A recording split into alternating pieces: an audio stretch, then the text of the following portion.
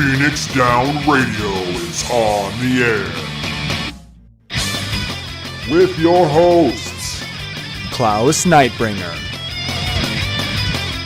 Seyrr Tomono, Chili, and Luna Vox.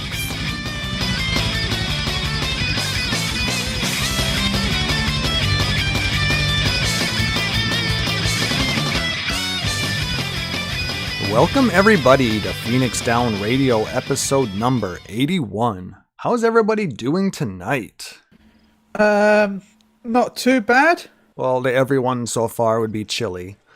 Yay! I hope everybody's doing well. And thank you for joining us here live at twitch.tv/Phoenix Down Radio or on the podcast if you're listening to us afterwards, which we appreciate that too. Like I said, if you are currently joining us live, we're currently at Mikedo's Amphitheater in it'll be Old Gridania, I believe. So come stop by, say hi, watch all the spoopy people doing all the Halloween-y stuff.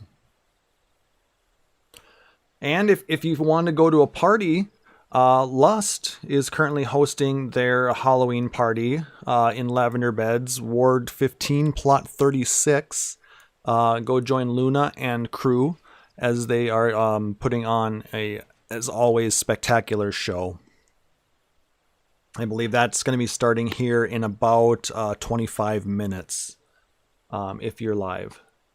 Yay! Otherwise, if it's on the podcast, sorry you missed it. So how have you been, Chili? Not too bad, thank you. It's been a good day. What have you been up to? Well, we got through 09 and 010S really fast this week, which was good. We're starting to get those better on farm, especially 010. I still have trouble with Hot Tail. If anyone's seen the video I put on Twitter, yeah, Hot Tail. The server does not like me for that fight at all. Did you say hot towel? Yeah, don't forget to bring a towel. You're the worst, Towley. Want to get a little high? I said tail, damn it. No, I can't. Hot tail. Okay. Yeah, hot tail. It sounded like you said hot towel. Yeah. Would you like a hot towel, sir? Want to get a little high? LOL Timberelli. Wait, Tim. Anyway, we're making some progress on 011S now. We've just beaten Level Checker, and we're on the first Panto. So okay, that's cool. Level Checker is crazy. The first part, you've got to beat it down, but then you get tethers, and it's either pull in or push back with a random player that you get tethered to. Okay, yeah, I think I've heard that. You've got to be pushed or pulled back into a meteor. And then after that, you get a debuff, and two ranged people have to walk around the side because there's like a tether between those. And then you've got to stand in the meteor circles based on the timer you get on your debuff. So, yeah. That's a lot of shit to remember. And at the same time, you got to pass the DPS check because you got to kill Level Checker. And you can't use your limit break because you need your limit break to survive the next attack because you need to use the tank. Because it doesn't build up as fast as it does with the normal mode, right? Yeah, and you need tank LB3 for the to actually survive. So I mean, I can understand that that's a pretty cool thing that they're putting into that, but holy crap! I mean, the fact that they're basically requiring it is, I'm sure there's. Because I wonder if that's actually the design of it, or if there's something else people are missing. It's the design because you get the white hole effect from XDef, where if you drop under 50%, you're killed. Interesting. And Kane, you know how my rating is going. I'm not doing it. That's Paul streaming it, Kane. He's on his EU server. So Paul's doing the streaming on the Moogle Go Round. Chili will generally stream at PSU Live. But that's, and I duoed Bismarck stream today and Ravana. I soloed the anti-tower though. The entire dungeon, huh? Yeah. You soloed Kelka and Brina, huh? Yeah. And then Kelka Brina. Yeah. That's what I've been up to. Excellent. Well, I've been doing a lot of streaming here. I've been, capping them tomes. Working a lot on the house, having fun that way. Because it's been a busy couple of weeks. I've been on call for a couple of weeks now, and I'm ready for it to be done. But, I took over 2 weeks on call, so I'm not on call next week, because next week is a very important, has a very important day on it next Saturday. 1 week from today, Extra Life. So make sure to join us for our 24-hour stream to raise funds for Gillette Children's Specialty Healthcare. We're currently at $775 of our $1,000 goal. Hashtag for the kids. And, so, we're very, very, very, very close at hitting the $1,000. I think that would be amazing. But I did just think of something that we can do. If we hit $1,500, basically double up where we're at currently, I will shave my head. Ooh. So. Am I still waxing if we reach 1,000? That's up to you. We'll see. That's up to you, Chili. We're within range of that. We're only $225 away from that. Not long now. But I figured, when we hit 1,000, I've got a pack of Samyang 2x spicy ramen. I'll eat that. It's actually not that bad. It's very hot, but it tastes good. I wonder if I can get some to eat with you. Yeah, you can get it on Amazon, so you should check that to see if you can pick up a pack there. Well, remember Amazon doesn't always ship to... Well, Amazon.co.uk. I am crazy, Rory. We're all crazy, Rory. And Tim Burley says waxing is pretty great, Chili. And we apparently have a Seyrr now. Hi, Seyrr. Yay! Hi. Big huggles. Traffic was thing. Yeah, It it's sure understandable. I'm glad you made it home safe. Hope you had a wonderful shift today. Yeah, the teens were actually pretty well behaved. It was nice. And you got a lot of work done on the show notes. Thank you for that. You are welcome. How have you been since the last show? Oh, let's see. Really, it's like an interesting combination of barely able to crawl out of bed and way too busy. I think a lot of us feel that this time of year. Yeah. Bed is a good thing. I don't actually have seasonal affective whatnots, but sometimes I feel twinges of it. Yeah, just be glad you don't live up this way. It's very strong up here. Yeah, if I went significantly further north, I think I might die. Yeah, when you drive to work and it's pitch dark now, that sucks. Yeah. Yeah, it gets dark here at 5 o'clock. Yep. I think it gets dark a little bit later here, but not a whole ton. But then it's England. I don't know if it's just because it's nighttime or because there's the sun's gone again. Yeah, Tim, it could be either. I'm in a similar boat, man. I take 2 a day, and they're the 5,000 IU, so I take a significant amount of D. Vitamin. Vitamin? If that's what if you want to nickname it that's up to you. I suppose one should be taking their D from good vital men. Yeah. Oh my. Vita means life. Yes. Exactly. So it better be Life, that, otherwise man. it'd be Still hot. necrophilia. Damn it, Tim. All Oh right. my god, where's my login token? It's over there. And Seyrr, when you do get signed in, like I said, we're at Miketos. Awesome. Let's go ahead and start with some game and community news then. We'll start with little Dissidia Final Fantasy NT news. There's a new playable character and stage that just was released. If you have the season pass. You can now choose to play as the Zillert Prince Kamlanot from Final Fantasy XI. Oh, did they have it voiced? Is that actually how it's pronounced? I've always wondered about this. I'm guessing. I'm very bad at that, but I'm by looking at the name, that's what I would guess. Kamlanot. Oh man, there were it was an endless source of debate how various locations were pronounced, like the Temple of Ugalepe. Ugalepe. Kind of.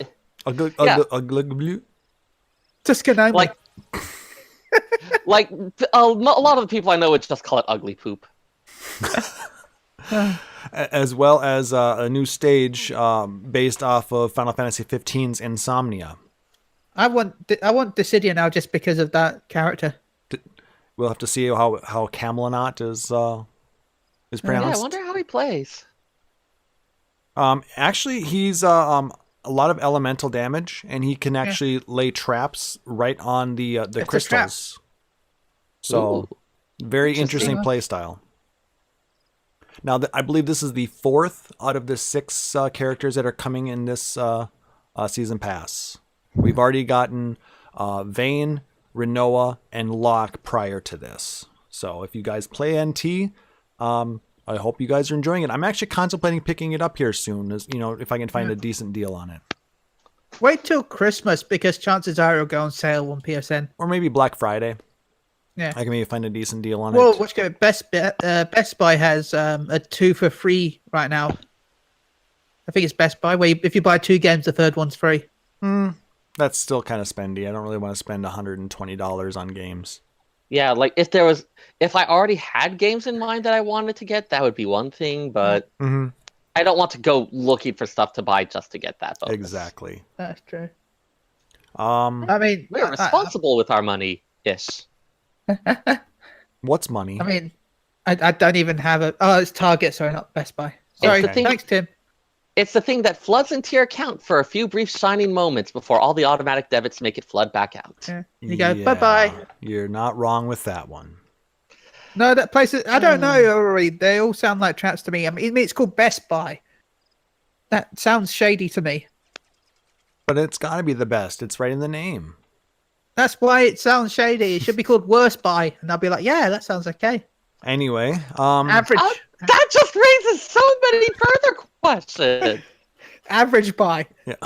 While Extra Life is in 1 week, in 3 weeks, we have FanFest, where Seyrr and Chili will be there. And apparently Kane will also be in Vegas for the after party as well. Yeah. Speaking of the after party, if you want to go to the LBR after party and you're going to be in Vegas, you only have until October 31st to RSVP for that VIP treatment. Make sure to go to Limit Break. Acronyms. Yeah. Make sure to go to limitbreakradio.com and look for the link to RSVP for the party. $60 will get you 4 hours of open bar, while $35 will get you up into the VIP area, but does not include any drinks. So for those of you who do not drink or just are playing sober cab but want to hang out with everybody, that's going to be the option to be able to see all of the content creators like Limit Break Radio, Gather Together, She Heals I Tank, Maelstrom Radio, Phoenix Down and Move Go Round Radio, and the like. Woo! I'm a content creator. Yay! Woo. I feel like that needed to be said in more of a Ralph Wiggum voice. I create content! That's where I'm a Viking. That's why I made business cards for Moogle Go Around to hand out. And that's why I put on the cards, we sometimes talk Final Fantasy 14. Moogle Go Around Radio. Sounds about right. Yeah.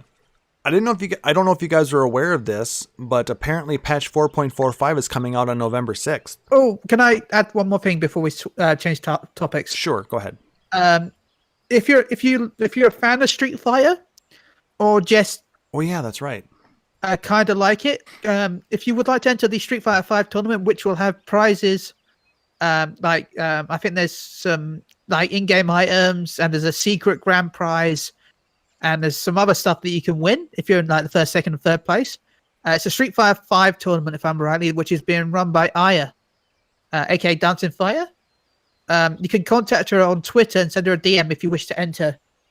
Dancing_Fire. I'm rubbish at Street Fighter, but I've decided to enter for the for the lulz. 16 giggles. So if you want to have a chance to enter, go send Dancing Fire a DM. Now I do not know if this is VIP, VIP exclusive or not, but I want to give this a shout out. I mean, she would be able to answer any questions you would have as well. Yeah. So I believe it's Dancing_Fighter, right? Yep. All right.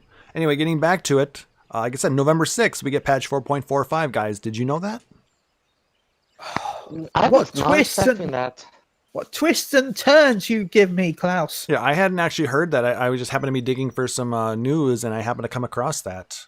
Do we know anything about what's going to be in it at this point? So apparently with it, we're going to get the addition of the new Eureka Zone, Pyros, with the logo system. Which looks really confusing. And we're also going to get another addition to the Hildebrand questline. Yeah. As well as the long-awaited feature for players to save customized UI settings to the server. Yeah, I care about that way more than... God, I haven't even been into... What's the one after Animos? Pagos? Yeah, I haven't even Pagos. been into Pagos. I mean, I don't have the level requirement for it yet. Well, I have, but it's been 2 months since I've been in there last. So, which means I better get my ass in there if I'm going to be able to... I'm going to have to do it. If I want to go on to Pyros, I need to be on the ball Presumably here. they'll do the same thing of, hey, we're going to add this thing to make it easier. Well, the thing is, I mean, they have upped the amount of experience you get from challenge log and everything, so we should do a Pagos party then, huh? Yeah, I'm down. I heard a little bit of leaked information as well. Uh-oh. What's But that? it's all rumors. So all rumors, by the way. Spoiler rumors. Spoiler rumors. If you don't want to be spoiled, please skip this part. Spoiler alert. Spoiler alert. I Go don't know ahead. if they're talking about this Eureka or if there's going to be another Eureka, but they said that some of the items might be the Horbigan. Hobogen? Habershan. That's it. Habershan? That's how that's pronounced. Kira's Asado. Also, Day. And there was another item as well. The Tuscanomi? And supposedly one of the bosses will be designed after Absolute Virtue. Oh, fuck no. So I heard you like Final Fantasy 11, so we're gonna put Final Fantasy 11 in your Final Fantasy 14. Yeah. Like, Again, how many link shells broke up over that damn Osode? Yeah, as All I of said, it's them? designed after Absolute Virtue. It probably won't be him. It's just a homage. We ported Absolute Virtue, all mechanics unchanged. Original version. There was also some other stuff, but I'm going to leave that because I just wanted to. GMs are standing by for the world first to hand out bans. Oh yeah, and even if you beat it later on, you still get bans. All the bands, all the time. Hey, Yeah. Lifeblood. FF11 deep cuts right here. So yeah. Go ahead. I don't know if it's true or not, but I thought I'd give a heads up. Seyrr, do To you the have nightmare. a real quick gotcha roundup to go over, or Not especially. I could tell you off the top of my head some things. go ahead? Let's see. Record Keeper's Autumn Festival just started up, finished, but they've now gone over to a new system of realm draws that allows you to get relics for any realm at any time. They've revamped a bunch of the systems for that. That's a gem only though one, isn't it? Yep. Oh, no. You're thinking of the full throttle draw. They did also add a one-time draw where you can then select a set of realm items for that. So an overstrike, a burst, and a healing soul break for a particular realm. But given that the Neo Torment system is moving towards a lot of realm-specific stuff, they're making it so you don't have to wait for that particular realm's events to come around again in order to try to shore up what you've got there. Okay. Let's see. The food just started the Rydia event. She is hella powerful too. Yep. The second whip user, she has a batch of magic brave attacks. A Leviathan summon that focuses on enchanting with water and being able to imperil water, I believe. Or wait, was that her X? That's just also an looking up- AoE, so. Yeah. Pretty much a strong AoE summoner. We are also very quickly approaching the Awakenings era. We don't know what it's going to be called in Global, where characters will be able to break the level cap to level 60 and get a variety of abilities that will really power up their skills. Yeah, I pulled Rydia's 35 CP on the banner draw. Same. It's such a nice weapon. Whip it good. Da-da-da-da-da. I'm still way ahead of you in rank though. Yeah, I got busy. I know. I am actually not quite sure what's going on in Brave Exvius right now, except that I know they just started a Valkyrie profile collaboration event. They're still kind of finishing up the last giveaways in the summer campaign, so. Yeah, they've got the Halloween stuff going as well, which Oh, I'm they not. do? Yeah, I'm not quite sure what's going on with that. There apparently was a lot of player outrage over something related to, I think something related to the draw rates, or I don't know what exactly. What? Unfair draw rates in a free-to-play gacha game? I mean, a lot of them have been trying to move away from stuff like that just because they've seen the specter of legislation that, countries getting tired of their shit and bringing the hammer down on them. Like most That's people kind of do. Please bring back the regulate Dragon Ball Legends. One of the other. Because I play 2 Dragon Ball games, and I really want the new Gogeta unit, and it's a 1% draw pull rate. Lovely. At least it tells you the pull rates, though. Yeah, like they're a lot more explicit about it than they used to be. That's one of those things. The idea is that if someone is making an informed decision, that's considered a little bit more okay. We're doing our due diligence on it.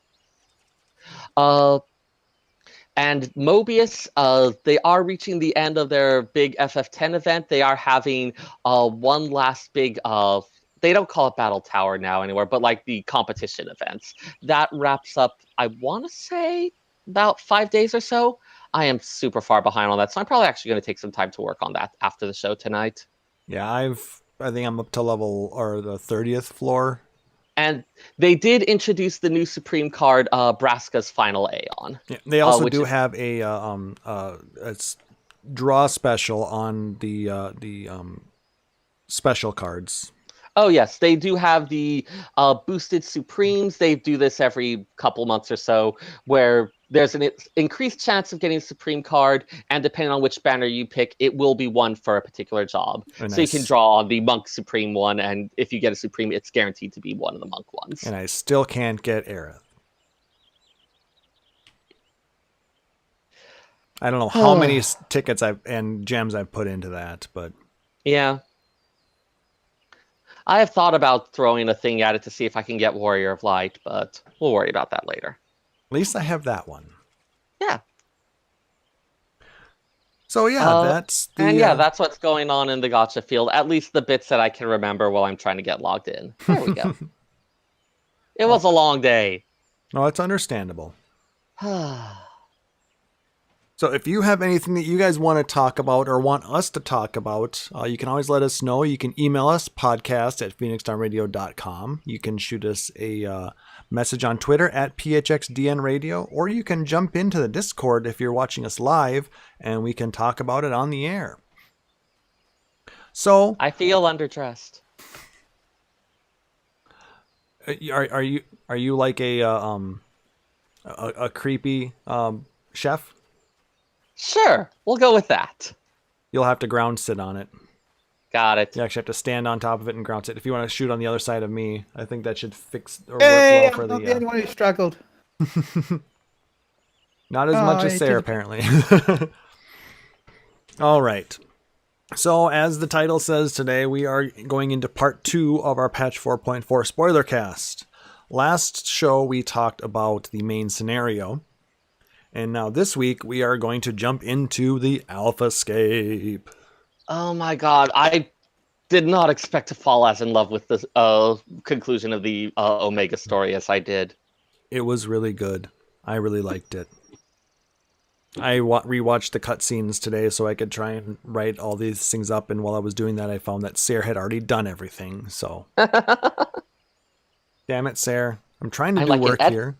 I'm like an editing ninja.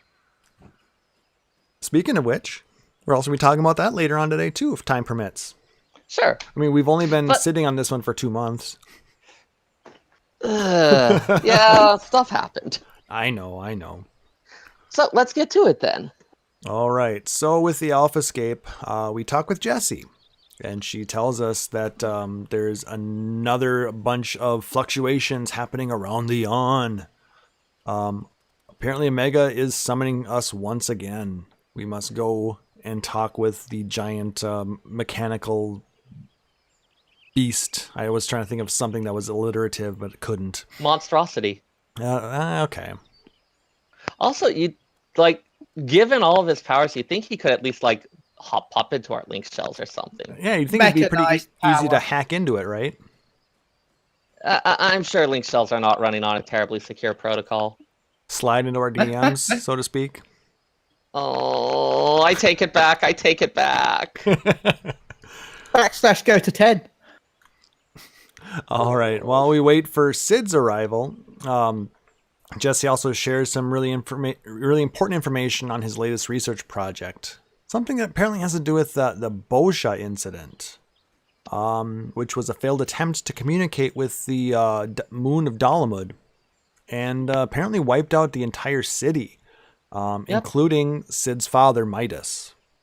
1.0 players may have a bit more memory of it. In the lead up to Nail Van Darnas's meteor scenario, this was something that was discussed a lot. The Bosja incident, where it's not quite that it failed, it's that it worked rather too well. The lunar transmitter that Midas Nan Garland created called forth a very powerful flare from Dalamud that pretty much instantly incinerated the entire town.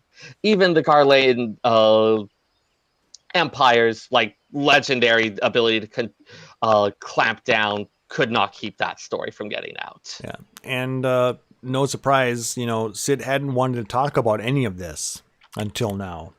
I mean, you go picking through the ruins of your dad's melted flesh. Yeah, that's bound to have a negative impact on your social well-being. Not something you really want to talk about. Not really something you want to mention over tea and crumpets. So when Sid arrives, we make our return to the Dimensional Rift, and we found that Omega has continued testing while we were gone. Apparently 89 combatants in the Psi group were reduced all the way to 4. And then from 4 to 1. I am a little curious about why they gave that detail. Why did they just say that, hey, we got it down to this one? Yeah, it's an Extra plot. Anyway, the one that we must face, before we face Omega itself, is an ancient Scorpion. evil named Chaos. And as anybody who is familiar with the Final Fantasy franchise and its beginnings is aware of, Chaos refers to the end boss of the original Final Fantasy. And it was actually a very good homage fight. Yeah. Mm-hmm. A lot of the moves used within that fight reference moves used within that actual game. Yeah. The character model is a very well done recreation Sephiroth. of the the skin of the remake of Final Fantasy, put onto Sephiroth's body, but still, I mean, everything looked very much like the remade Chaos. Yeah. A lot of fun. Also, we can hear you munching on something back there. Sorry, What is it? I'm only now having my dinner. Gotcha. I'll mute myself for a moment. What is it? It Don't just tease us. sounded like chips or something. Nope, it's a burger. That was just a wrapper. Oh, gotcha. All right. So, Chili, what did you think of the Chaos fight? Normal fight I really enjoy. I actually enjoy it a lot. It's probably one of my favorite first floors at all the scapes. Mm-hmm. I just call it Mega Tier, I guess. It's definitely a lot more engaging than the first one because I wasn't a big fan of the snaky dragon thing. Ghost Train was fun, but I find that this is just more entertaining. There's more moving around. There's a lot of at the movement. same time, I don't feel like I'm losing too much DPS. I'm not being forced to, go into invulnerability stages. I can keep my stacks, my sticks. I mean, how does that? Go ahead. I always appreciate So I've always appreciated stuff when they manage to integrate gameplay and story, and I really like, given that Chaos is this whole the entire story of the 4 elemental crystals, and that he uses attacks of the 4 elements, that in each of his elemental phases, the way that his attacks behaved seemed consistent with those elements. The water attacks seemed to flow, the wind attacks did have a lot of the blowing you around movement. It really had the feel of he is hammering us with all of the elements, and I loved that. And the fact there's a bit of RNG in between it as well, because he doesn't always use the same pattern. He has 2 different patterns, which, is chaos. You know what I mean? Yeah. How does the Savage fight then stack up? I said it's probably one of my favorite Savage fights, if I'm honest. You've got some interesting mechanics, like the fact that DPS have to kill themselves during the earthquake phase. And even like stuff actually kill themselves or just injure themselves? You gotta try to kill yourself. You gotta be dropped down to 1 health. Wow.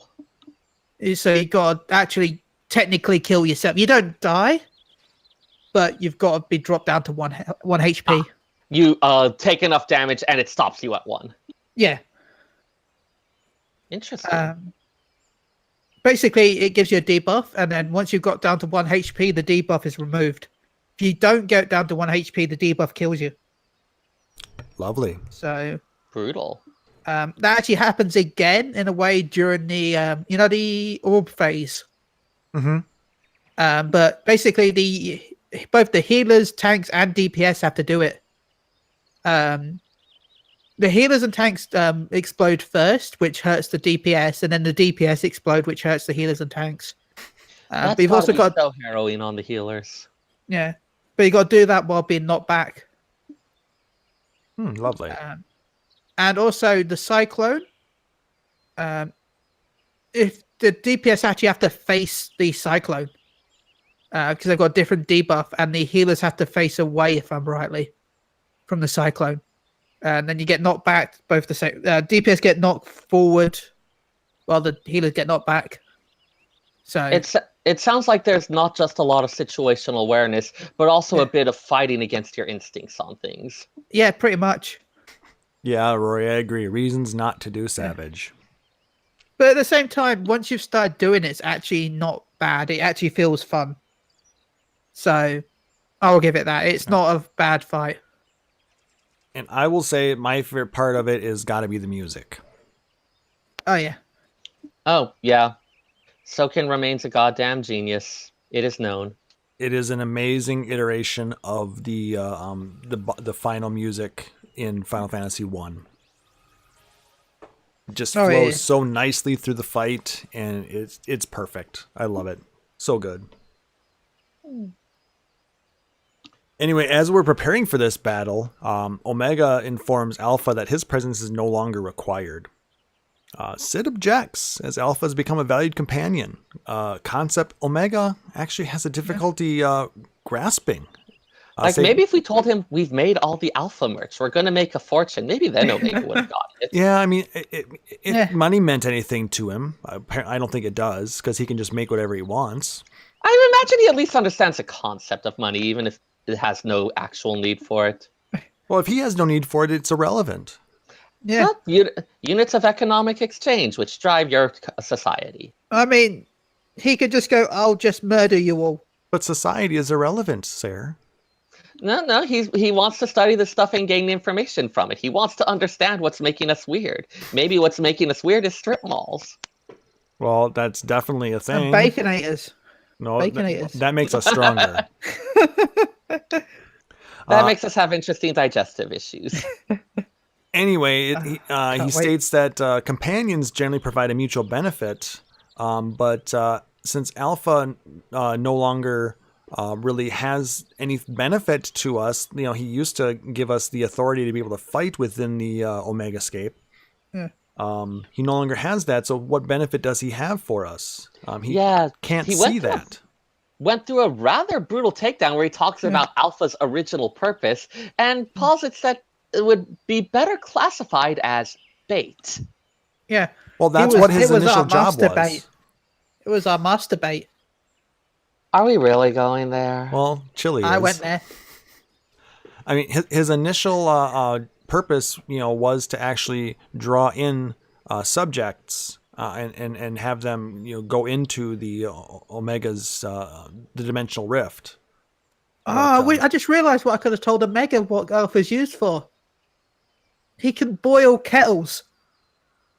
I mean, Sid can't, so Alpha's got one up on him there. There we go. And we also learn a bit about Alpha's origin. He was actually Omega's first creation in this realm.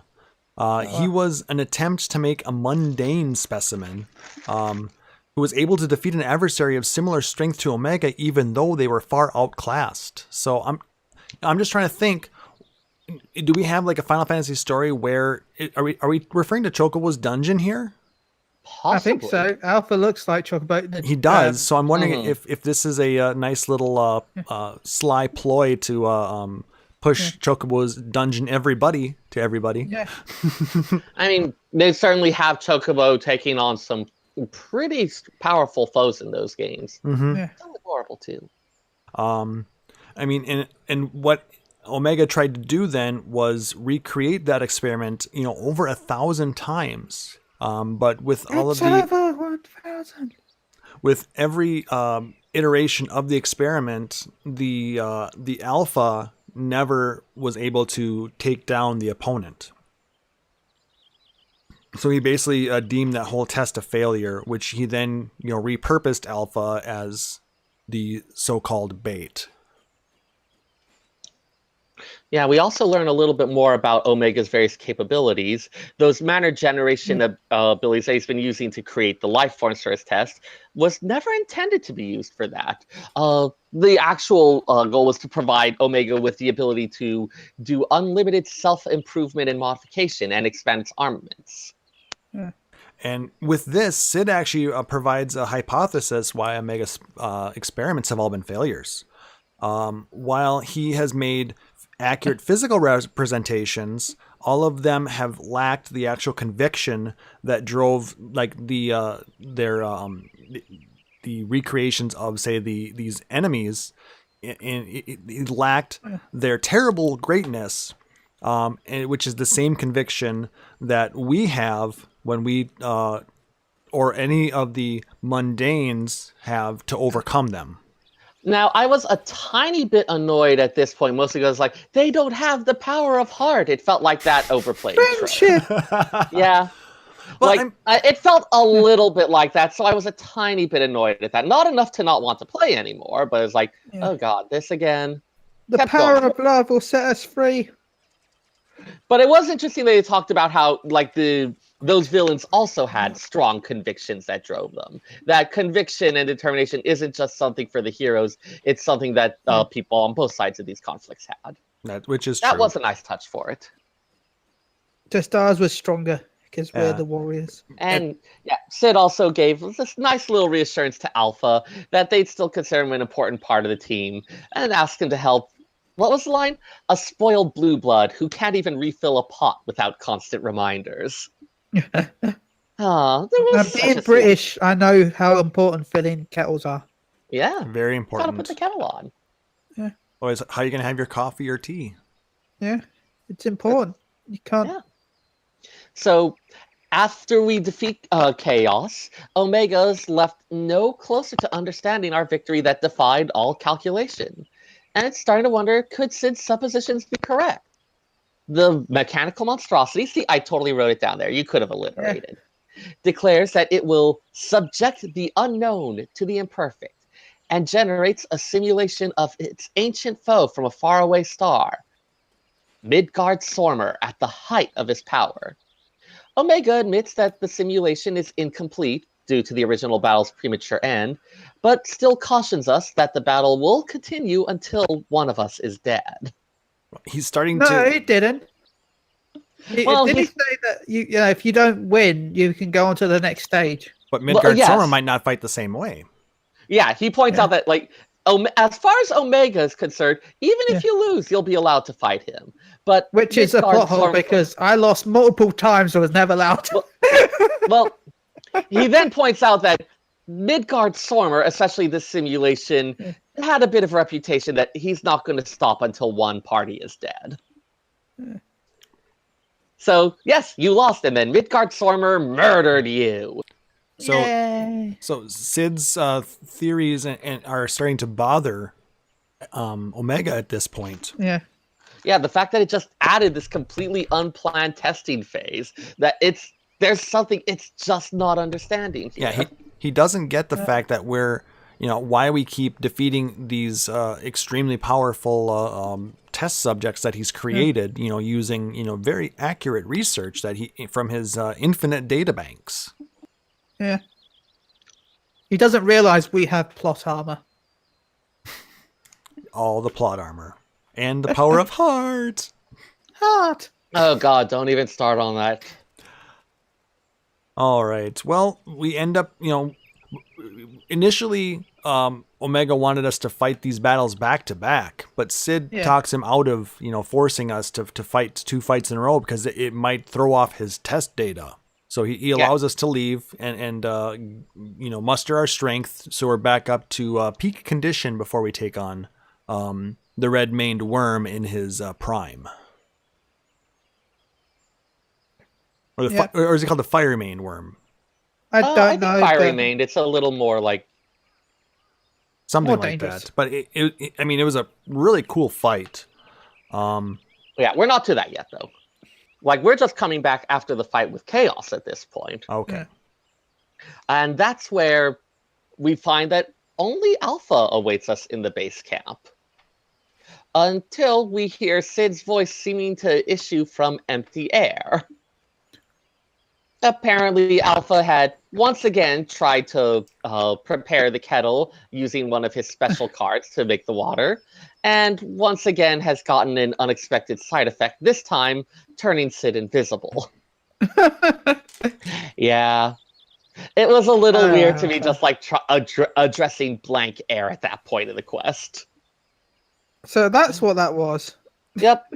Fortunately, after a few moments, Sid reappears no worse for wear and outlines the next part of his plan to leave this battle entirely in our hands, which at first just felt like, great, Sid, way to leave us in the lurch.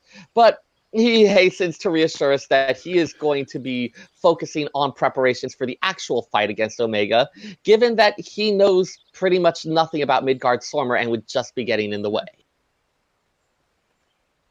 Well, we've technically fought him once. And you actually do get the opportunity to mention, it's like, I did fight him at the Keeper of the Lake. Yeah. Though Sid does correctly observe and agree with you that that is a very different Midgard Stormer from what we're going to be facing here. Oh yes, Yeah. I mean it's from the one we're gonna be facing is basically from eons in the past. Yeah, as Omega put it, at the height of his power. Yes. So we enter the Seyscape once again, and this time face off against the Father of Dragons on a very strange and alien landscape. That fight, I don't know, like, it was okay, but it just didn't really strike me as much. I mean, there's a lot of giant dragon style moves. We've got Akmorn. Happy birthday! We've got basically the opposite of Akmorn, which is like an Akreal. Okay, in our static, it's called the chili mechanic because it always targets Chili and it kills always him. targets me. Or it targets 2 or 4 I don't know exactly how many because I'm always too busy running because I don't want to get hit by the damn thing. 2 random people, DPS usually.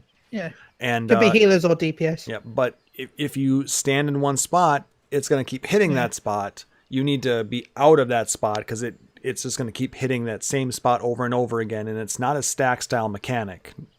So No, you got to run. It is the spots where these people were standing are now designated for yes. Twisters, but over and over again. Yes. And they don't And throw you in the explosion. air though. Yeah, I still keep seeing that with the Akmorn attacks, where like people come in for the stack, and then they leave immediately after. It's like, no, you need to stay. There's And then more. everybody dies, and then the party Yeah. wipes, and we're like, "What the beep beep beep are you doing?" No, Akmorn keeps hitting. Happy It is meant birthday. to Happy fuck with you. birthday! Akmorn will totally fuck Happy with you. birthday! Happy birthday. She'll find it hilarious. Yeah, the more we keep beating this dead horse, the more she's gonna keep beating us. So, anyways, Can I mention we the do have Savage versions? Oh, sure. Tell us about the Savage version. It's pretty much the same except for with an additional pattern. Because you've got- the normal version has the circle, which is Yeah. go out, circle flip, which is stack in, and then flip, which is plus. For And those then- who aren't quite as familiar with this, Midgard Stormer is doing various aerial moves as he gathers in ether, and the pattern of moves he does dictates which areas are going to be safe. And in Savage, there's a flip circle, which is a cross shape. Yep, it's opposite of what the You got to go first to one the is. cardinal sides. Depending on where your tank is facing him. Yes, the best. Make sure you're facing him north. Yeah. Otherwise, you're going to kill everyone. Yep. Most of the fights pretty much the same, except for you get. I can't remember in normal mode if you get the Shiva floor where it ices the floor. Yep, we get that Yeah, in that normal does as happen. well. But 3 later times on, up to, I think. yeah, about the same as Savage. The keys, they're actually the immortal keys where during the ad phase, Yep. they're actually all tethered together, and certain ones become invincible. It's RNG which ones are invincible, So and then you have to kill the smaller ones so that the bigger ones become smaller, so you can kill them. Interesting. So you can't just like instantly burn them. You have to look for the smaller ones first, then go to the next one. Normally they'll be like you'll get one small one, and it'll be connected to the next one. That'll go small and so forth. So you just got to find the first one, really. So Savage requires you to take them down in a specific order? Correct. Okay, whereas normal, basically, at least for me, I put dots on all of them and then start working them down. Yeah, with this you have to do individually. Do they blow up and cause damage? No, they do not. Okay. They just disappear. So they're not fully like nails for a freet. But They're the similar, most but no explosion. the most annoying mechanic is bulwark. There's basically you've got a buff that decreases the damage you take during I can't remember what phase. It's the fireball phase, I like to call it. But the tank has to grab it, and any damage before that phase decreases how much damage protection the bulwark gives. And you actually have to survive. I think it's 2 phases before you can actually use it. So you actually have to tank swap to make sure the bulwark does not take damage. Because if you take the damage, you're screwed later on. Lovely. And then later on, you get a marker on your head. That means he's going to shoot a fire. He's stand in the middle, by the way. If you get the marker on your head, he starts shooting fire at you. So what you've got to do is you've got to run to the tank first, then go a little bit away from the party. Then he shoots fire at you, and then you got to run back, and then the next person has to run to you to pick up the bulwark, and then run to where you just were, and so forth. That's how we've done it. Interesting. And then after that happens 4 times, he then does the fireballs from the line fireballs. Yeah, where there's like it shoots forward. Trying to remember You which probably dungeon don't need it to is. worry about every exact mechanic. Yeah. Anyway, you just run back and forth for that. But that kills me a few times because of lag. Lovely. But the only mechanic I really hate in Savage is later on. You know what X flares are, correct? Yep, the ones that move across the floor. Yes. The X flares spawn, and then one of the healers gets happy birthday. Mm-hmm. And then 2 other people also get Shiva circles. So you've got to run the Shiva circles to the opposite side of where the X flare is, and then run back to where the first X flare is so you can stack for the happy birthday. Lots of stuff going on. Yeah. Yep. That's what a Savage mode would be, though. So a lot of enhanced mechanics on the story mode. Yeah, It's especially given fun. that the second 2.0 normal mode is relatively simple once you've learned the basic mechanics. Like, there's nothing super crazy going on there, it feels like. But yeah, that's the O10S. Okay. Sorry for going into too much detail. No, that's fine. I just don't want to get into too much depth because we have a lot more to cover. Yeah, let's not bog down That's too the- much. Though if that- there is any particularly interesting mechanic, we can mention that. That's the last one I know anyway, because we haven't finished O11S. So All right. So yeah, after we emerge victorious, Sid actually has a couple lines talking about how Midgard Sormer resembles Shinryu, and Yeah. speculating on Midgard Sormer's influence on our cultural perceptions of dragons, and how that may have contributed a lot to Shinryu's form. Remarks on the irony of Shinryu's summoning, leading to us awakening Omega, much like another civilization ages ago created Omega to fight Midgard Sormer. So I thought that was an interesting little parallel and some speculation there on how this summoning, even without a specific thing in mind, was affected by kind of this, for lack of a better word, racial memory, cultural perception, the stuff like that. These last several patches have had us getting more and more details about some of the oddnesses and intricacies of summoning, so getting that extra little bit was really fascinating. Also, what a twist! what twists?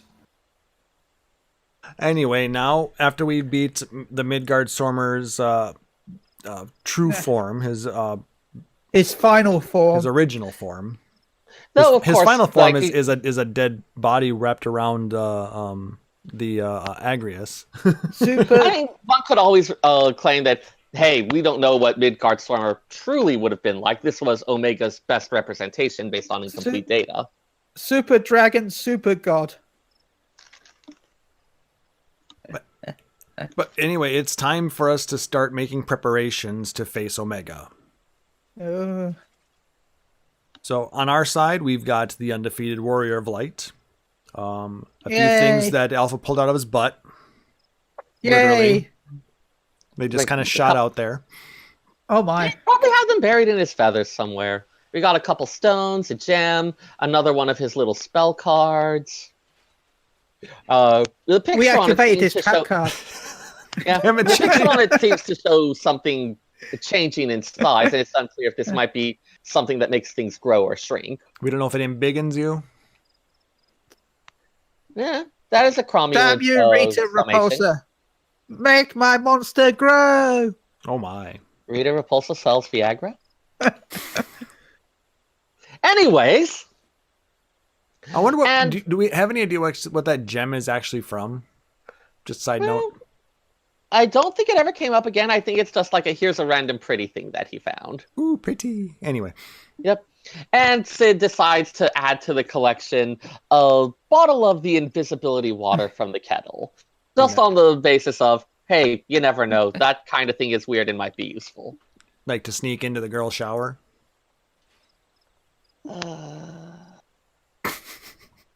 And in addition to those And couple to the little next treats part. from Alpha, we also have Sid's secret weapon that he's been developing.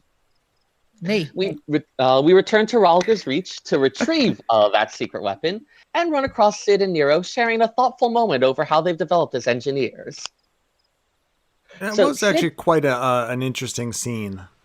Yeah, I especially liked it because, especially the undergraduate institution I attended, it was a science and engineering college, but there was a lot of focus on paying attention to what you're working on, how it affects society, the implications for stuff like that.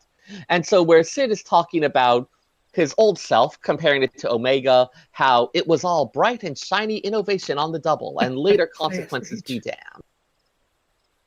And he compares it to his current self, who takes the time and effort to produce just one rigorously tested and carefully designed invention.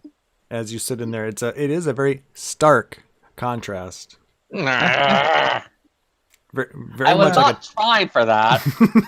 but it's very apt. It is. Klaus, It totally is. Klaus. Very much like Tony Stark. Klaus, I don't feel so good. Oh god damn it. No. Too soon. And so Sid attributes that change to having grown to care about things in the world beyond himself. A reflection that leaves Nero rolling his eyes, but encouraging his rival to prove the validity of his new outlook. So Sid is Tony Stark and Nero is what's Captain his name? America. No, Pepper Hammer. Potts? No, Pepper Potts. no, I would say Hammer. Anyway. And then Pepper Potts in the bedroom. Oh my. Sin and Nero are totally doing it, and nothing Nero- anyone says is ever going to convince me otherwise. Anyway, Back me up here, people. We're too busy fan fiction it right now. But so I yeah, chip it. back at the base camp, Sid provides us with the fruits of his research. Ooh. Nero said the same thing last night. Oh, there we go. But has been reborn as the Omega Jammer, a device that can call a powerful burst of lightning that should be strong enough to disable some of Omega's weapons, giving us a fighting chance. this is based off of the research or of the item that was used in the Bosha incident, wasn't it? Yep. Yeah. Yep. So, but instead of sending out a signal to Dalamud, it's going to be sending out a signal which is supposedly going to jam Omega's transmissions. Yeah. So the main thing he says is that it produces a very powerful burst of lightning. It had been earlier observed that in the original fight between Omega and Shinryu, a lightning attack was the only one that seemed to actually slow Omega down at all. So, like, the amounts of lightning needed to actually fully penetrate its defenses is still far beyond what they can generate, but here's something that should be able to at least knock out some of its extra weapon systems. Oh, that fight was... Chicken tenders!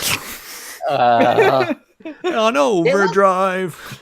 It was intense in a really fun way, especially the reprogramming bits where Omega is attempting to actually, like, rewrite us. The music is probably the best part of this fight, by far. I love the music. Oh, yeah. Also, it's fun to see everyone keep mixing up Larbird and Starbird.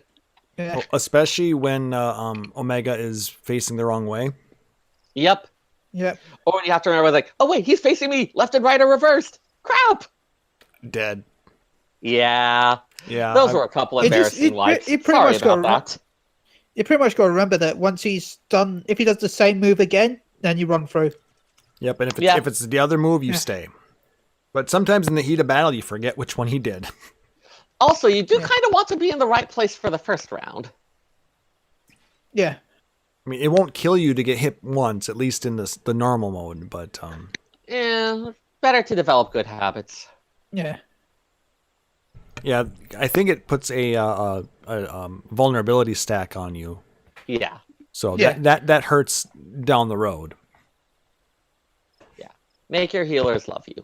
Exactly. But otherwise, it is a good fight. But like I said, the Larbird Starbird really screws up a lot of people still. Yeah. But people still screw up the quick maths. And how old is that? Yeah. And it's basic math. Yeah. Quick maths! 2 + 2 is ham sandwich. 1 + 1 is 0 in binary. Actually,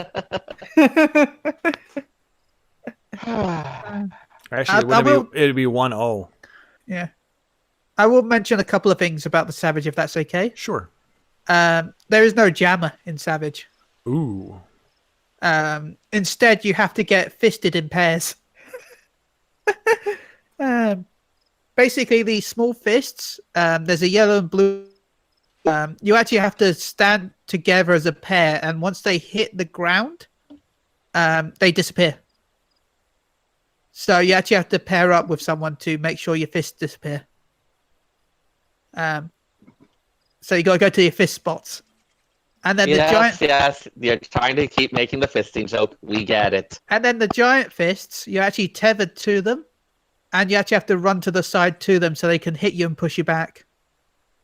But you got to make sure you're not near another player, because otherwise you can be pushed back into someone else. So you got to make sure you're in the right spot. And then later on, I'm not going to talk too much because, and then later on during the part where you actually hit the middle bit, that shields you, that doesn't exist in Savage. You have to use the tank LB. So, yeah. So did you DC in the game? Yeah, he's DC'd. I think, is he DC'd in It looks like he DC'd totally. He was here for a second, then he just disappeared. Oh, well, you know what? I'll end it with that. That ties in with Omega. If you get to the Enrage, in O11S, there He is no deletes your Enrage. account. He just deletes you. He deletes your account. And you That's can't the play attack. again. Did you reach O11S Enrage, Seyrr? Did he delete your account? Welcome back. Maybe. He's working on it. Okay. This is what happens when we do it live, folks. So yeah, that's. I don't know the rest because again, as I said, we're still learning that fight. So, sorry. And there's a lot of weird stuff that happens during the level checker. Level as checker, well, yeah. So. But I don't want to go too in depth. You working on getting signed back in then, Seyrr? He's still working on hearing us. Okay. So after a pitched battle, we once again claim victory, leaving Omega at a roadblock. He's basically totally observed anomalies in our performance and our failure to take advantage of opportunities in the heat of combat, our tendency to allow one error to compound into several, and our ability to launch attacks of unexpected power. They all defy the machine's attempts to understand the nature of our power. It's What is this thing? It's like he doesn't called understand friends? party wipes. He Doesn't understand. He doesn't understand echo. He doesn't understand, all of that. No. But He doesn't understand wipes to respawn buffs. exactly. Just wipe and start over. You're wasting time. My food only lasts so long. But basically, he declares that he's got to reassess his methods of determining a new testing and combat protocol. And basically, he diverts all power on the dimensional rift to reconfigure itself. Oh, there we go. He's back.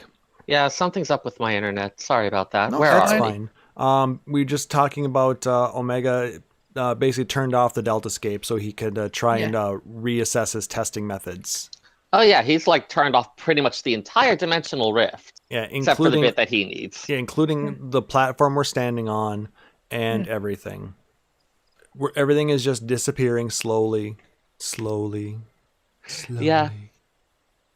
I did appreciate it coldly noting that the probability we would interfere with his reconfiguration was unacceptably high, and our Deaths in the Void would take care of that issue. Yeah. It's like, that's cold, you bastard, but you're not wrong. Yeah. But It's okay. I'll die and just hit home point. I'll be fine. then we get it's almost kind of a sad recap of What do you mean almost? It is sad. Yeah. It's one of Yeah, those it was ones really with that sad. slow realization. it's almost the rift- heart-wrenching though. It's that sad. Yeah, like as the rift collapses, we're left with Alpha standing in an interstellar void, and as galaxies swirl around, it shakes herself off and begins running towards some unknown destination. And all around, we hear the echoing of ancient data logs as Omega begins an automated memory scan. It's like what we're seeing is a representation of the journey that Omega took. Yep. Now, that memory scan tells us a tale beginning with the target, Midgard-Sormer, leaving an unknown planet eons ago. We have no idea when. A lot of the data of like dates or planet names or stuff like that is suspiciously blanked out. Very convenient gaps in the data log there. Though some of those actually make some amount of sense. But when Midgard-Sormer leaves the planet, Omega sees no change in its directive and pursues, going to increasingly great lengths to follow its programming. When it notes that its current velocity is not enough to catch up, it reconfigures itself to a form that can maintain that velocity and keep up. As it journeys through space, Omega loses its signal from its homeworld, and in I think it was a cosmic flare, whichever it was, actually loses the data of its home coordinates. The only thing it has left is the mission directive. And it comes to the conclusion that as an evolving weapon construct, it will have to acquire adaptations through combat and keep acquiring them until it gets some unknown capability that will let it find a way home. So we have this poor, like, it kind of reminded me of like the Mars rovers, where it's like, okay, it has the mission, keep going, keep doing the mission. Maybe I can get back. This is a thing that might get back. Keep doing the mission. It's like E.T. phone hunt? it doesn't even know how, though. It doesn't know where homeworld is. It's lost the signal. He's a This is long like way from home. E.T., start throwing things together, and maybe you'll put together a phone. We'll just keep trying. Well, isn't that what he did? That's what he's trying to do. Elliot. And as those logs complete, Alpha arrives at the place where Omega resides and reveals that he has been bearing a very important cargo across the void. Sid and the Warrior of Light shrunk down using the spell card and made invisible with the kettle water so that Omega wouldn't notice us. Sarah, can you check your mic real quick? And You're kind of with one confounding action Sarah? after another, Sarah? Omega cannot Sarah? comprehend why Alpha has done I don't think you can hear us. why this creature that created I wish I could hear it right now either. debate has taken such unexpected actions. It reconfigures our form once again, this time replicating our body in hope of understanding our physiology and mindset before engaging us in a final battle. Sarah, can you not hear us? Now, I loved that last bout so much. Omega alternates between male and female forms, later on taking on both forms at once and even performing a limit break as it's attempting to command the nature of teamwork between weaker beings. I wish I could just ping him right now so he could hear us, or Dang we're it! trying to get a hold of him. Okay, I have no idea how much of that you heard. It doesn't even give me an audio signal when I cut out. That's annoying. Well, we could kind of hear you, but apparently you couldn't hear us, trying to tell you that your audio is really crappy right there. Yeah, It was like robots. yeah, having sex. something is up with my internet connection tonight. Go ahead and Is it the Discord? Let me attempt to. no, I'm having issues with a bunch of other stuff as well. Oh, lovely. Yeah, like I haven't been able to reconnect to 14. Okay. Do you want Have to you retry tried doing reset your router, turn it off and on again. I Yeah. did. Like that's how I managed to reconnect at all. cable modem? I'm not sure. The landlord runs it. Oh, You've got my notes right now. I have no idea how long this is going to keep going. all right. So I'm sorry for everybody listening on the show. And apologies to there. You Seyrr again? for having issues there. We understand. I had them for quite a while as well, but we're going to try and continue on. Seyrr, let us know if you can still hear us. And like I said, we're going to try and push on as best we can. So basically what Seyrr was trying to say is we arrived back at the platform where Omega was, and we were there. We popped up. Magic. Like you said, we were invisible and shrunk down from the little butt card that Alpha popped out. Boop. And it looks like Seyrr can't hear us anymore.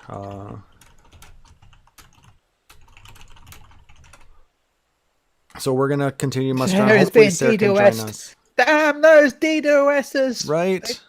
No, Seyrr, don't be DDoSed. Don't do that. I've had weird problems with Discord, like for the last month or so. Yeah, I do understand exactly what you're saying. I keep going down to red voice connected. I had that a couple weeks ago. It's been better now, but It's weird though because it doesn't seem to do anything. It goes down to red, but everyone sounds okay to me. I don't know if I'm breaking up for you. no, you're fine on my end. Yeah. I think everybody can hear you okay, and you can hear me okay. Yeah. Yeah, that's what I said. It's weird. It goes down to red voice connected, but there's no actual issues. Huh, that's odd. Yeah. I'm hoping that Seyr's internet comes back to him a little bit better, but otherwise, we do thank him so much for all of the work that he put in on this show. I just want to say that right away, if he can still hear Thank what you, we're sir. saying. So at that point, Omega can't comprehend Alpha's actions. Why did he save us and bring us to where Omega is now? in doing, at that point, he reconfigures his form, and he decides that he's going to take on the form of the thing that he cannot understand in hopes of understanding it. Us. Yeah, we art. Though I have to say, the design used for Omega M and Omega F is very cool. It made me think of the Archangels. Yeah, that's the one big thing that people notice. It also looks very much like the character art from the original from Final 11. Fantasy 14 box. You mean 11? No, 14. Nope. Can you hear me? Yes, now I can hear you. Awesome. Yeah, the collector's edition. There's a figure in black with a figure in white perched over him, and the one in black looks very much like. I'm looking at it now. It's very, very, very close. But like I said, there's also a lot of resemblance to the Archangels fight. Yeah. Yep, and like I said, I've got the 1.0 collector's edition box staring at me right now too, and it is, like I said, Yoshitaka Amane has beautiful artwork. Yeah. So basically, he reconfigures himself, and we get this amazing Omega 4.0 fight. Oh. God, I love that fight so much. The music is very good. The mechanics, switching as he switches back and forth. He's not. I'm not 100% sure what he thinks the genders really do, or is it?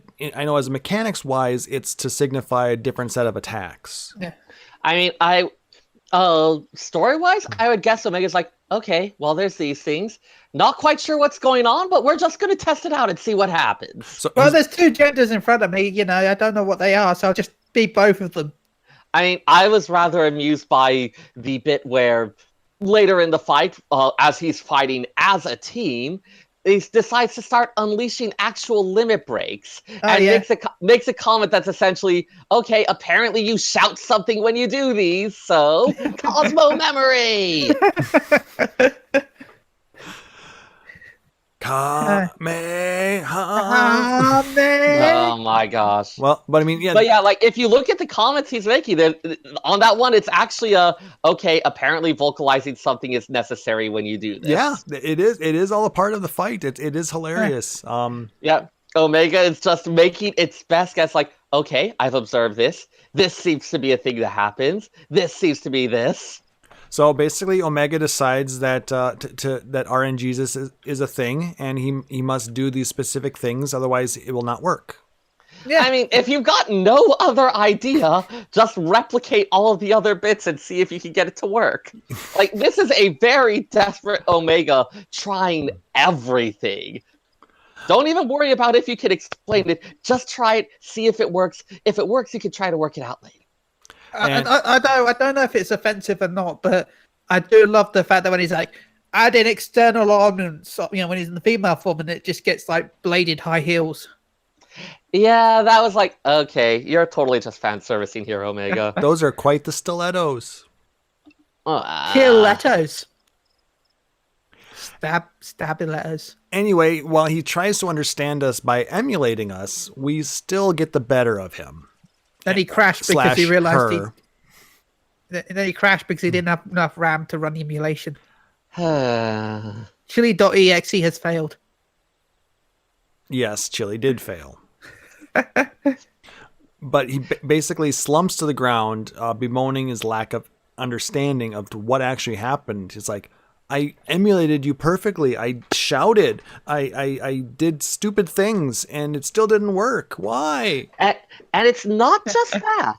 It's not just its failure, but the fact that Alpha, this weakest of creatures, went against its programming, and it became like the mortals that Omega is seeking to understand, but did it without fighting. How is that even possible? What is even this? I like what Sid suggested after that. Basically, the fact that since Alpha stood with us and understood us, from that aspect versus going up against us and trying to understand us from the opposite side. Yeah. You can learn a lot by trying to work with people versus working against them. Exactly. Now, And that led to, again, one of the really heartbreaking moments where Omega is speculating on the nature of heart and how with that power it might have been able to return home. And that's where Aw. Sid explains that no, to return across that vast distance alone, anyone with a spirit to break would find the journey more difficult, not less so. Yeah. Like, that's the bit that's really heartrending. Omega's entire quest was futile. The thing it was trying to achieve Yeah. wouldn't have brought it home. Oh. Nope, the strength he was looking for would have been It a was weakness in that part. Yeah. Yep. And I It was kind of like that. strong all along. Well, I mean, but that's the thing. It's the other one's like, oh, the power of heart. Yeah, like all the tropey stuff. Yeah. The bit where he points out, it's like, no, this thing actually would have made it. Like, this is not a magic cure-all. For Yeah. what you wanted to do, it would have just made it worse. But basically after that, Omega decided to give up. Yeah. It seemed like it reached some kind of understanding. It's like, well, I can't get to the point where I'm looking at, so, well, I thank must you go for- now. My planet needs me. I mean, that was the entire thing leading up to this. Though we are unclear if the planet even exists at this point. I'm gonna go with no. I also thought then it was we kind get of interesting that, like, Omega starts off against us in the male form, but kind of ends in the female one. Sort of Yeah. like these variant stances. I was kind of sad. I was hoping that if you're a male character, it's female, and if you're female, it's male. Nope.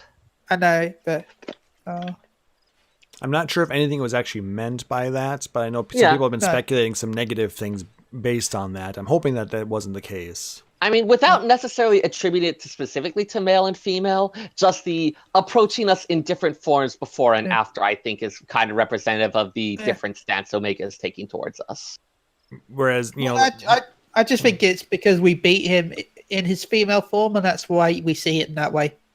You beat him in both at once. He was doing the team thing. Teamwork makes the dream still utterly crash and burn. Yeah, That's but not one of going them's on any probably posters. disappears when you're beating him. The female is probably the original body. I mean, the original body is that liquid metal Terminator style thing. Yeah, but you know what I mean. The original body that transformed into the male. But yeah, he could only withhold one form at that point because we're beating him so badly. I feel like you're just kind of reaching here. yeah. I punched him really good. I mean, you did. Well, Yay! Well, anyway, Omega's gone, but that means the dimensional rift is disappearing too, and Oh, no. we're kind of still in there. Yeah, we didn't like. We didn't think Sid that. made it clear oh, he didn't actually plan beyond this bit. No. Well, to be fair, we are fighting a giant god machine universal robot. thing. Yeah, Okay. we kind of reached the point where it's like we're far beyond any plan. Yeah. I mean, if we can beat this, congratulations. We did it. And hopefully saved the things will world. work out Good. for us. And apparently they do. Well, Because I think it was more like, okay, we saved them. I guess we can die somewhat satisfied. or we can wait for Biggs and Wedge to fly in on Alphascape and save us. Which Yeah. I totally heard the He-Man song as he did that. You know, the Da, the other da, one. da, da, da, Yeah. da, da. Da, da, da, da, da, da, da, da, da, da, da. And we're copyrighted now. Yay! Please don't sue us, Mattel. And Schreisfelger made the comment that this was the first time that her sire, Midgard Swarmer, had asked her for a boon. Like, she came at his request. Like, first Midgard Swarmer himself saves us earlier in the thing, and then makes a request from one of his brood to rescue us. Like, Minnie's had our back for this whole Yeah. thing. Yeah, Mitty ain't such a jerk after all, huh? Yeah. I find it cool that these dragons must be more powerful than we think, that they can break into a different dimension. Yeah, there's... Yeah. What exactly they can do is still not completely Yeah. clear. No. We may not ever fully know. Because we're in a completely different world, aren't we? Kind of. We're in a weird dimensional space thing. Yeah. Some of the stuff from the from talking to, like, MSQ speculation has led to questions about whether different worlds exist in different dimensions, Yeah. or the same dimension is separated by physical space, or some mixture of. There is not a clear answer, and there is a lot of speculation going on. Yeah. Aurora in chat saying, he's like them damn fools need rescuing again. Go get him. I ain't gonna. Remember, he rescued us earlier. He's probably just can't be bothered again. He's like, oh, God damn it, save themselves. Well, technically he can't because his physical form is now sleeping. Yeah. And is likely to remain such for the foreseeable future, Yeah, apparently. he used up a lot of his energy saving us that first time. Yep. Though apparently, even in his dreams, he's still keeping his attention on us. Yeah. Well, he's got his like, little pet, haven't we? Technically. Yeah, but how much of his consciousness is actually in that? Yeah, not a lot. Probably enough to give him like a. They're gonna be in the shit right now. Help us. The exact nature of Midgard Stormer and what he can do, I still don't feel like we've seen anywhere near all of it. All right. Well, we get out of there and we make it back to the Reach. Mm-hmm. Our job might be done, but the Ironworks, their job is never done. Jesse is a harsh taskmaster. Oh, yeah. Yep. Even though we beat Omega, there's still a lot of observations to be made. There's a lot of reports to be written. And then there's the whole staggering invoice left behind by Nero for his services rendered. Including gunhammer upgrades, publications read during enforced convalescence, and they use slightly weird terminology for it, but he wrote himself a huge tip as well. Yep, a giant gratuity was included. Yep. And then tax. Plus tax, title, license, fees. And so, as Sid demands that the Reach be torn apart to find Nero, we join Alpha on a little bit of a walking tour. He wants to kind of do some exploring of his own. He's been spent a lot of time in the dimensional rift and hasn't gotten to see much outside of that. This is probably my favorite cutscene. Oh, this series is the best. Yeah. And so at the end of that, Sid grants him, as an Ironworks employee, unlimited leave to pursue personal research. And Biggs presents him with a little toy Omega to be used as a traveling companion. A little baby Omega. Yep. And as we bid him a fond farewell, he chirps a thank you that for the first time we can understand as spoken speech. Sid speculates that because the Echo allows us to understand other creatures with souls, the fact that we can now comprehend Alpha's words means that he has been endowed with a soul. Something that might also explain his sudden desire to see the world and its wonders. A whole new world. Oh my gosh, it was like such a cute little the montage was just amazing. Yeah. And for those of you who may not be aware of this, once you've completed this, you will be able to find Alpha and his little OMG in various parts of the world. Yep. Mostly just limited to Eorzea itself. I don't think he's going to manage to make the trek across Ilsabard. But yeah, there's like various spots where sometimes randomly he'll just show up. And it's really cute. Yeah. So I haven't seen him yet, but I think there is a subreddit thread that lists some of the locations he's been seen. Yep, they've got a couple of them throughout. I like stuff like that though. Like it makes the world seem alive. It's not the same, but you know Edda from the Are you talking about dungeon? the ghost appearances? Yeah, you can see the ghost appear in Old Gridania sometimes. Yeah. It has to be raining, and there's like a 1% chance of it happening at a certain time or something like that. Yeah. They should have increased the chance for Halloween. Should be like every night. Yeah. Not every night, but you know, like... Edda is just always there. Always. Who says she's not? Crap. Spooky. No, we all know it's Arthritis Ghost. Somebody forgot to take their balm again. All right. That was actually, like I said, I really enjoyed that. And Yeah, I think we're gonna hold off on the Four Lords.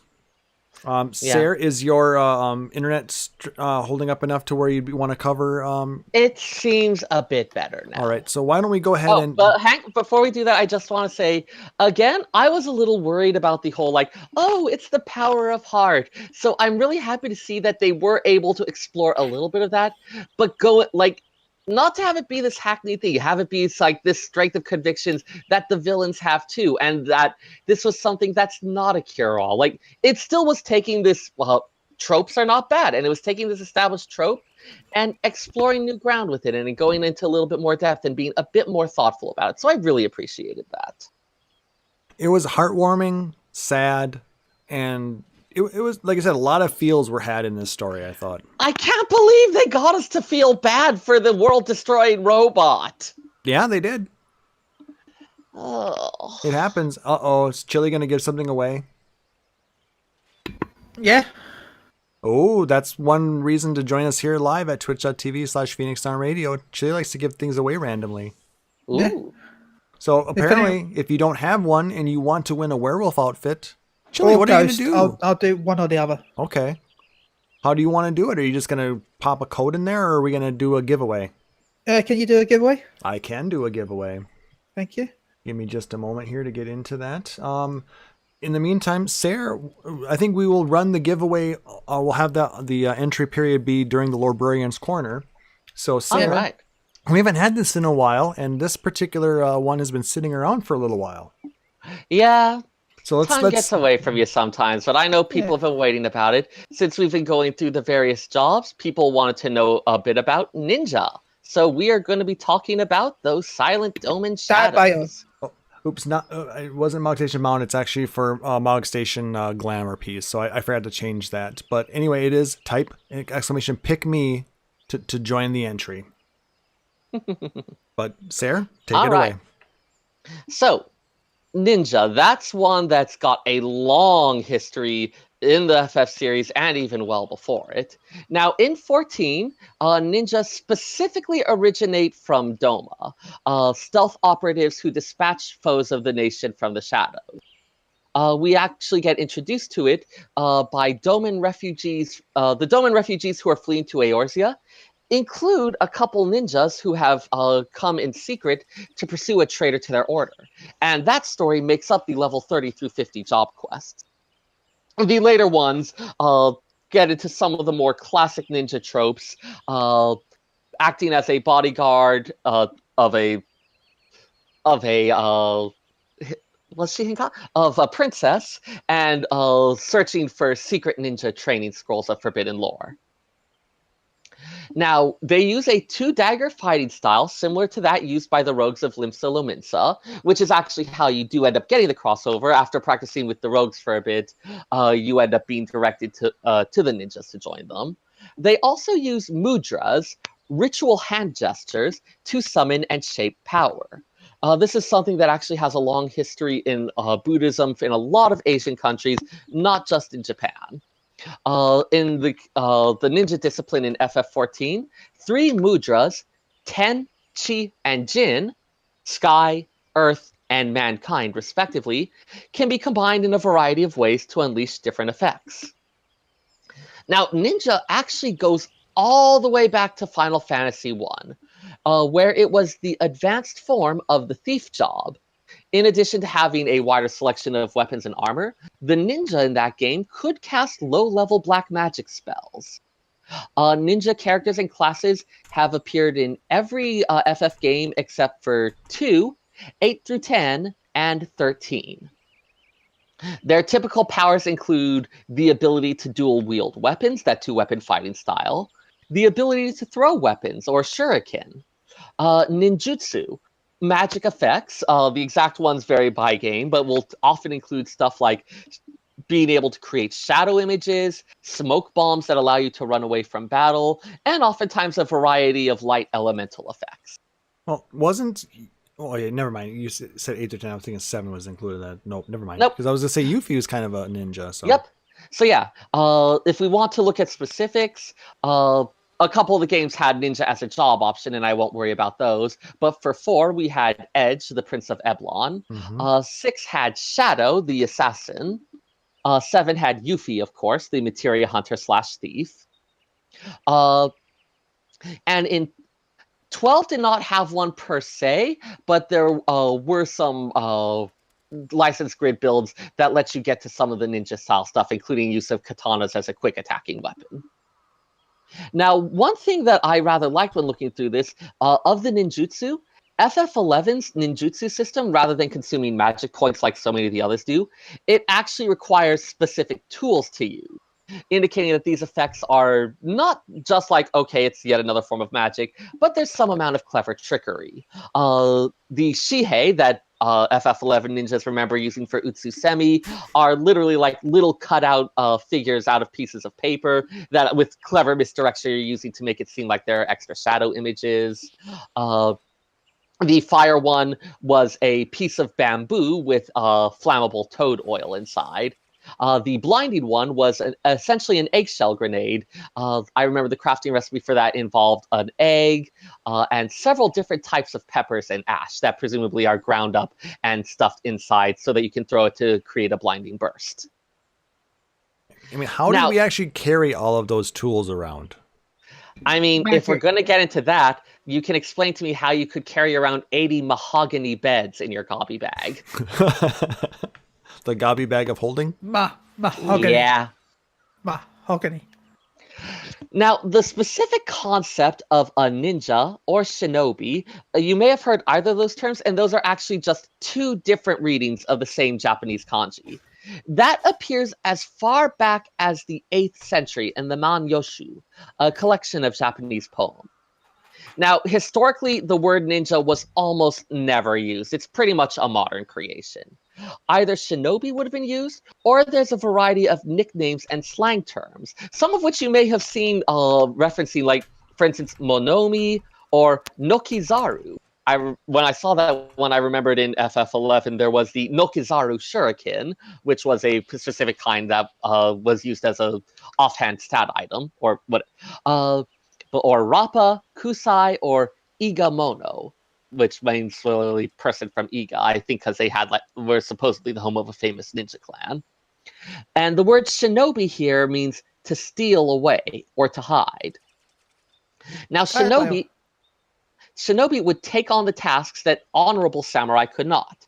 I mean, every good leader, they need their spies, their stealth operatives, the people who handle unsavory tasks. But those types of things go against the code of honor that we know as Bushido. And so we have the ninja. Either you'd have an operative loyal to a particular leader who's essentially sacrificing their own personal honor for the greater glory of their master, or oftentimes as just a mercenary spy for hire. It is something that was definitely a bit unsavory, but again, historically, lots of the great generals, leaders, they had their spies. They had their people performing stealth operations, their assassins. George Washington was actually a very famous spy master, though that's something that gets glossed over a little bit when talking about our country's history because it doesn't fit as much with the honorable image of him we like to hold up. Now, those powers that we associate with shinobi, those ninjutsu that can control the elements, the ability to turn invisible, most of that comes from highly romanticized legends and folklore. Real shinobi generally would look like everyday peasants or courtiers or courtesans or things like that, like most good spies would. They're not using preternatural abilities to vanish into shadows, but a lot of them could use their lower social status as a disguise, being considered too unimportant to pay any mind. It would be the equivalent of, okay, you've got the janitor working there. It's like, okay, yeah, you recognize there's a janitor there, but do you really register their face? Do you really pay that much attention to what they're doing? Now, a lot of martial arts weapons that are associated with shinobi, they have their origins in this peasant background as well. Especially since only the ruling classes were allowed to carry weapons, many of the weapons and tools that are used by ninja started life as other tools. The kunai, that dagger, the one with the kind of diamond-shaped blade and the ring on the end, that started as a multi-purpose gardening tool. You could use it to dig holes, pry open things like a crowbar, or break up rocks. you could also gouge holes in a wall with it to use it as a piton or as a proto-grappling hook.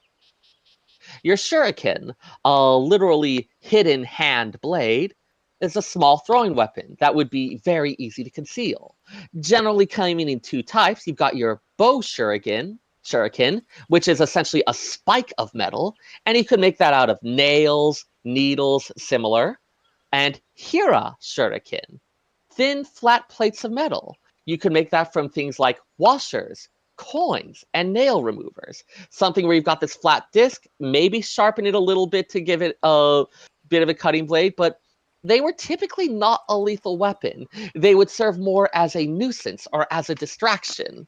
You see lots of stuff here where it's, again, based on misdirection, based on trickery, and even if a lot of those legends were really highly romanticized, it serves a ninja's purpose very well to have people looking for that invisible figure dashing across the roof-type tiles all in black, because then they're not paying attention to the peasant who's sweeping out the courtyard and asking, is anyone supposed to be there right now? I did find there are a couple other ones, martial arts weapons, for which a lot of claims are made about their origins and the peasant classes. One of the ones that comes up a lot is the nunchaku, supposedly starting as a threshing flail. But it does look like there's a lot of debate about whether that actually was the case. Apparently, given the Okinawan origins of that one and the actual tools that would be used for threshing, it's not clear if there actually is a common link between the two. And then there's also the chain sickle. Yeah. That one, basically, they did have a hand sickle that they would use to go into the fields, but then they would just attach this chain to it, allowing them to throw it out there and then retrieve it very quickly. Right. It's unclear if that how much that was necessarily actually used, but I mean, that's one of the things. Much like the ninja themselves, the stories we have and the information we have, there's a lot of romanticized lore about it. There's a lot of stuff that sounds clever and interesting. And once again, it's a little bit hard to pick out which are the actual details and which are the ones that it's just more convenient if you believe it so you don't look at the real thing. And I'm guessing that's just how the shinobi like it. Exactly. So, folks, if you thought that real ninja were like Naruto, no. Makes for a fun story. Date Bayo. I'm going to be Hokage, believe it. The real ninja is the one who's just not following behind you into your apartment building asking, hey, can you hold the door a moment? And of course you're going to do that because you're not me. And, but are you actually going to ask, hey, wait, do you actually live here? Oh my gosh, I cannot tell you the number of times Google employees happened to let me into the building because they thought I looked like the type of person who worked there. Seyr's a ninja confirmed. I mean, I do walk very quietly. I mean, you know too much!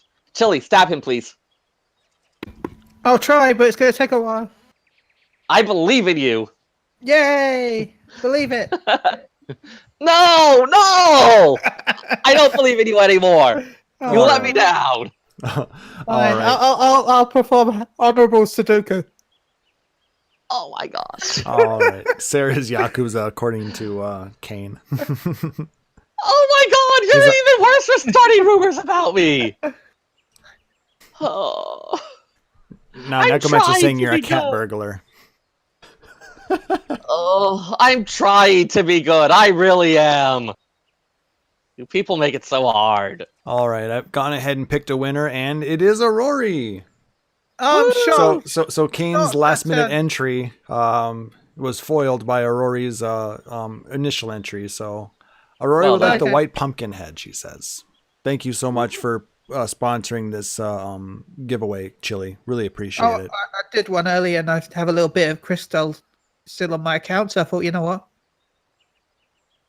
Might as well. I do remember a friend posting a thing about how Final Fantasy XIV was a very serious game, followed by a shot of them in that floating in the ethereal sea wearing one of those pumpkin heads and a Summerfest bikini.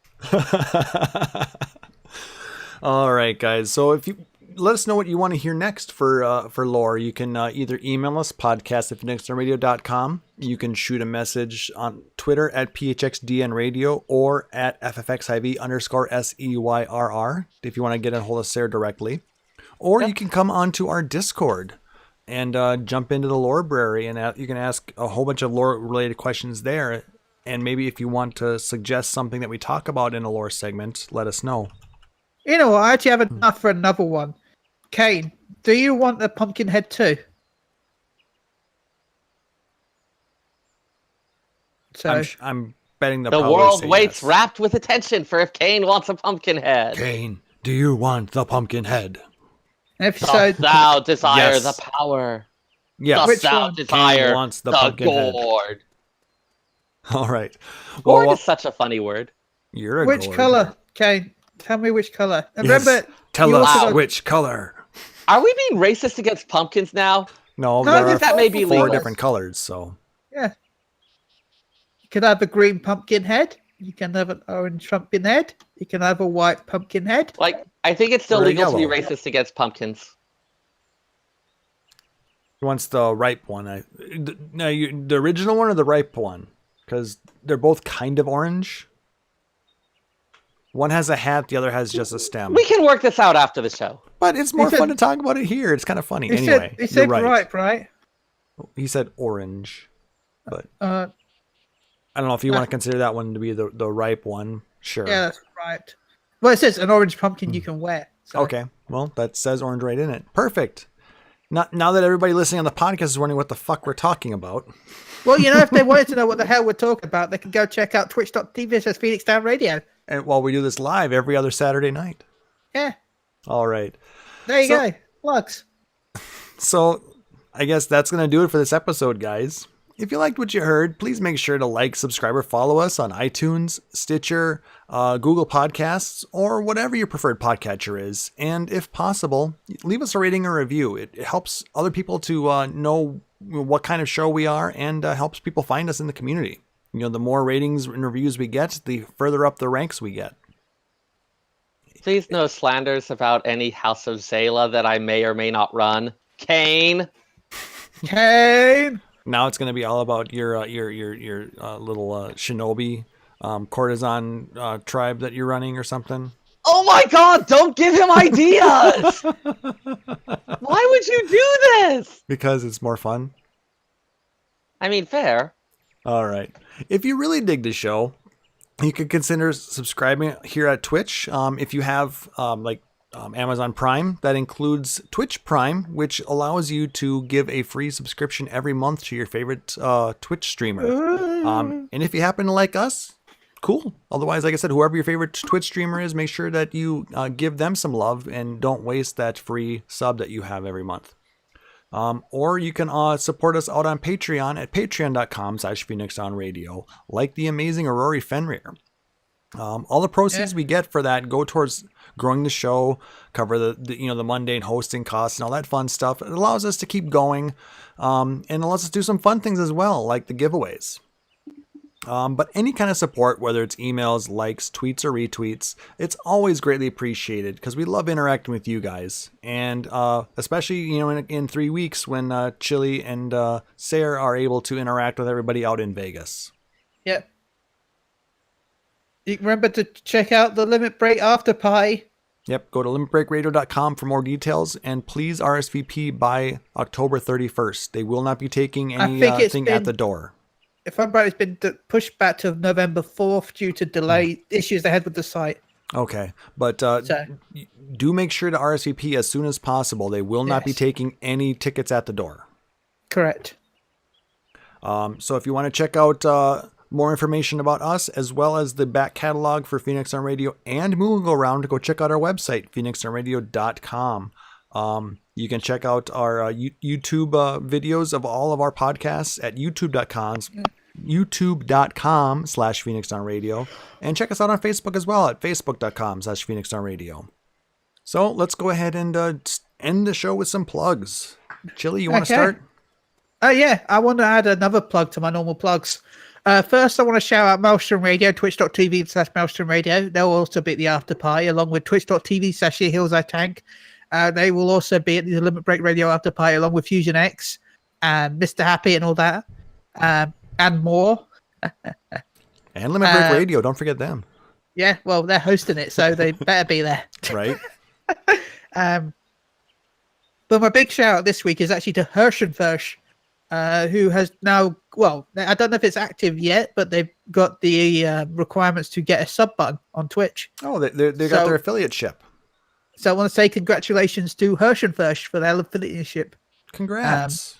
Which you can go check out twitch.tv/Hirschenfersch, which you should, because she is an awesome streamer. So go check them out.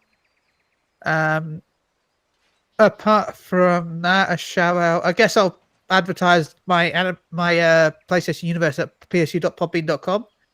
We're about to reach the 2.5 million mark. In fact, let me go see, because I think we've probably done it now. Woo! Let's find out. Because this is 2.5 million. We did it. Huzzah! And that's for the past 2 years. Yeah. So remember, we've done a lot more than that over the last 6 years. So for some odd reason, they got 2.5 million people listening to them within 2 years. That's crazy. Yeah. So in 24 months, 2 years, we've reached 2.5 million. Damn. Yay! Well done. Thank you. We can only dream of those numbers. I still look at it and dream at those numbers. I mean, usually my dreams involve like weird stuff with hang gliders, but you do you. There you go. My dreams are weird. I'm not bringing them all up here, but let's just say I often dream. Is there anyone whose dreams aren't weird? No, but I'll often dream about the stuff that I've just been doing when I was awake. Like if I'm watching TV, I'll start dreaming about the TV show. Like you're in the TV show? No, like I'm still watching it. Chili, that means you probably are watching it, but are half asleep. Yeah, no, that I'm feels actually like asleep. Critical imagination failure there. How can people get a hold of such a wonderful mind there, Chili? I've never heard those words in a sentence before involving me, so I'm just going to take a second. But you can find me at Chili UK on Twitter, or ben.chilibearhall@psu.com, or Chili at Phoenix Down Radio, I think. Yeah, I think you can email Chili at phoenixdownradio.com as well. Yeah, all of the ways. Seyrr? Or meet me at FanFest. Oh, yeah, that too. All right. I do want to give a shout out today to Dexter and JJ, who stream at twitch.tv/smallgamer, SMOL_GAYMER. Really lovely couple who sold me my new computer and then invited me over for games. We had a really fun round of Super Mario Party. Whee! Good times. Oh, and then we watched Crazy Ex-Girlfriend because I wanted someone else who would sing along with the songs with me. It was fun times. They're great people. Go ahead and give them your views. And you can find me. I occasionally sporadically post on Twitter. Occasionally sporadically. That's ridiculous. Focus. You can find me on Twitter at FFXIVSEYRR. FF14 Seyrr. And you'll also be able to see me at FanFest, I guess. I am generally good-natured and will always go for crepes. And he's going to have some swag to give away.